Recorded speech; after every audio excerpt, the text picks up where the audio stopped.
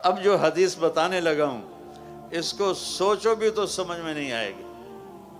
ایسے میرے رب کا عرش کھلے گا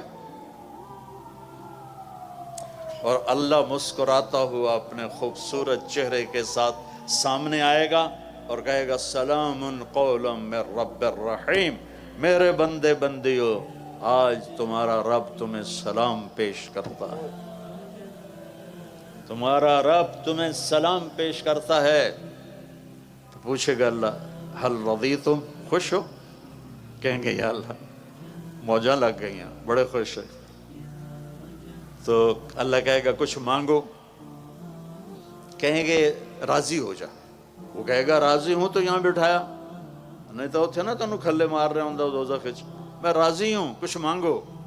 کہیں گے یا اللہ جب ہم لاہور میں تھے نا نمازیں پڑھتے تھے پر بے ڈھنگی سی تھیں، ہمیں تو پتہ ہی نہیں تھا تو اتنا خوبصورت ہے، تو آج ہم تمہیں دیکھ کر ایک سجدہ کرنا چاہتے ہیں، تمہیں دیکھتے ہوئے ایک سجدہ کرنا چاہتے ہیں۔ ہائے ہائے ہائے، تمہارا رب کہے گا میرے بندو لاہور میں تم میرے غلام تھے، میں آقا تھا، آج میری جنت میں تم میرے مہمان ہو اور میں میزبان ہوں، اور مہمان سے کام نہیں لیا جاتا، میں مہمان بن کے آیا ہوں، مجھے پروٹوکول دیا جا رہا ہے۔ تو اللہ کہے گا تم میرے مہمان ہو، کلوا واشربوا ہنیئا بما اسلفتم فی الایام الخالیہ، جاؤ کھاؤ پیو موج کرو، تمہارا کوئی حساب نہیں ہے۔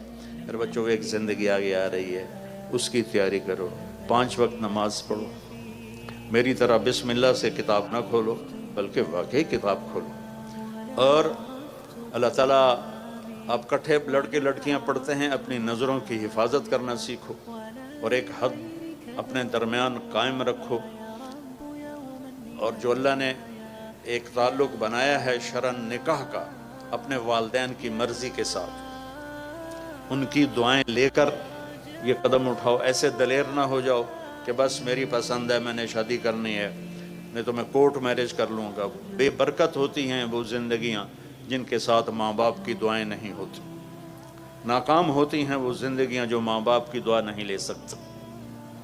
اپنے استادوں کا ادب کرو، جن سے پڑھتے ہو وہ تمہاری زندگی بھر کے تمہارے آقا ہیں۔